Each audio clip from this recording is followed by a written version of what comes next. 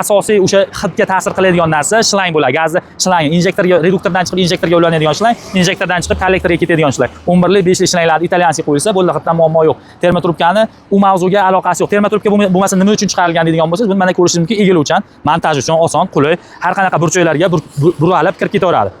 Buralishi metallga qaraganda yumshoq, mana metallda o'zingiz bukib moslasangiz bo'ladi, lekin bunda osonroq bo'ladi. Bu boy joyga bukilib kirib ketaverishini hisobiga bu montaj uchun qulay bo'lgani uchun chiqarilgan. Lekin o'sha o'z nomi bilan o'sha termo issiq sovuqlarda gazni muzlab qolmasligi shunaqa narsalarga effekt berishi mumkin. Maqsadi hid uchun emas, buni asl maqsadi hid uchun, hidni yo'qotish uchun chiqarilmagan. Shu maqsadni to'g'ri tushunib olsalaring deb video qilyapman. Aynan bu mahsulotni nima uchun pul to'lab, nima uchun predoplata qilib turib qo'ydirayotganingiz uchun aniq maqsadingizni bilib oling deb turib videoni qilinyapti. Hidga umuman bunda daxli yo'q. Termotrubkaga qo'shimcha pul to'layotganingizda nima uchun pul to'layotganingizni o'zingiz tushuning, tushungan holda to'lang. Hid uchun to'layapman deb o'ylamangda, montaj chiroyli chiqishi uchun yoki yana bir boshqa maqsadingiz bo'lsa, qo'ydirsangiz bo'laveradi.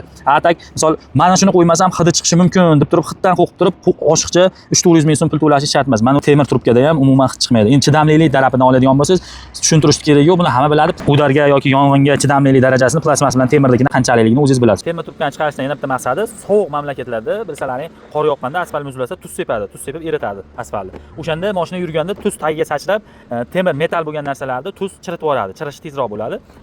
Plastik tuzda chirimaydi. Shuni hisobiga sovuq mamlakatlar uchun, shu chirimasligi uchun ham o'ylab topilgan propan uchun.